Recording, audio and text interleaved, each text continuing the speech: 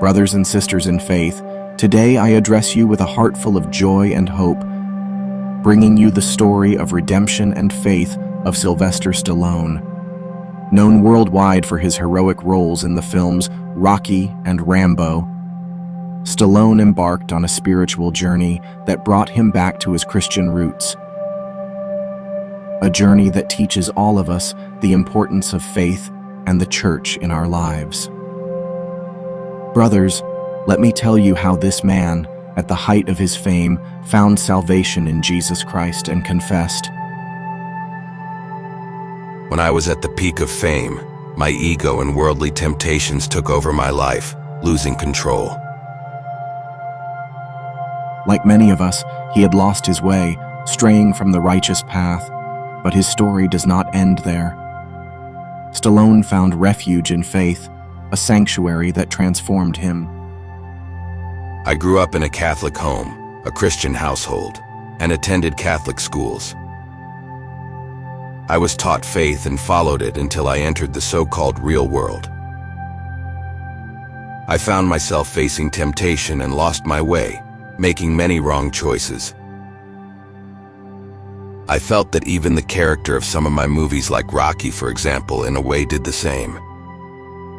He simply did not have the right guidance, and then he was given an opportunity in the film. As if he had been chosen. Jesus was upon him, and he would be the kind who would live following the example of Christ. He is very forgiving.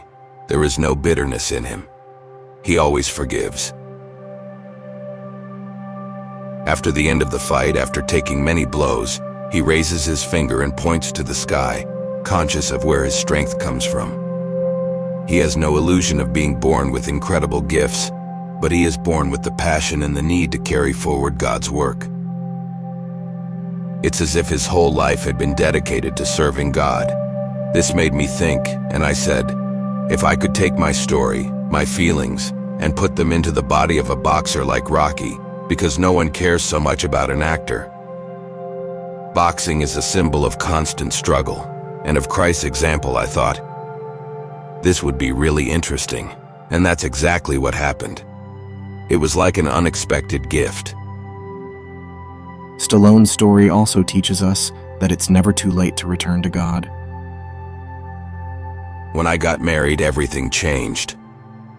When my daughter was born sick, and I realized that I really needed help, I began to put everything in God's hands.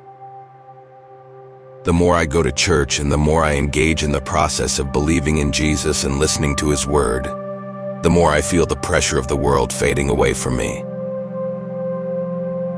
Without the church, it's like having a boat without a rudder. You think you can do it alone, and this may seem trivial or obvious, but I'll compare it to this. Throughout my life, I've been involved in physical exercise, but no matter how much, there comes a time when you need help. You need a coach, you have to go to the gym, and you need the experience and guidance of someone else. You can't train alone. I feel the same way about Christianity and what the church is. The church is the gym of the soul. And the priests are the coaches. They are the ones who guide you through that tough time and bring you to that place where you don't think you can go, but with their help you can. Many people say, "Oh, I can do it on my own. I have a personal relationship with God," but it's not quite the same thing. These words remind us of the power of prayer and the faith community.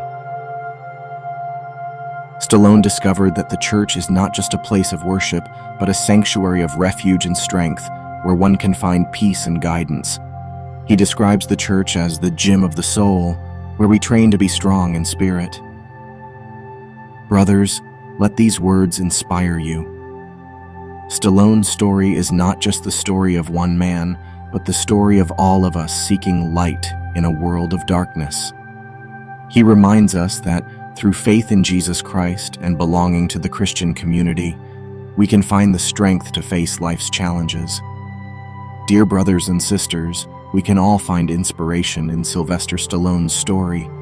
His conversion is a symbol of the power of faith, forgiveness, and redemption. Let's take the best from this testimony and renew our commitment to live according to the principles of our Christian faith.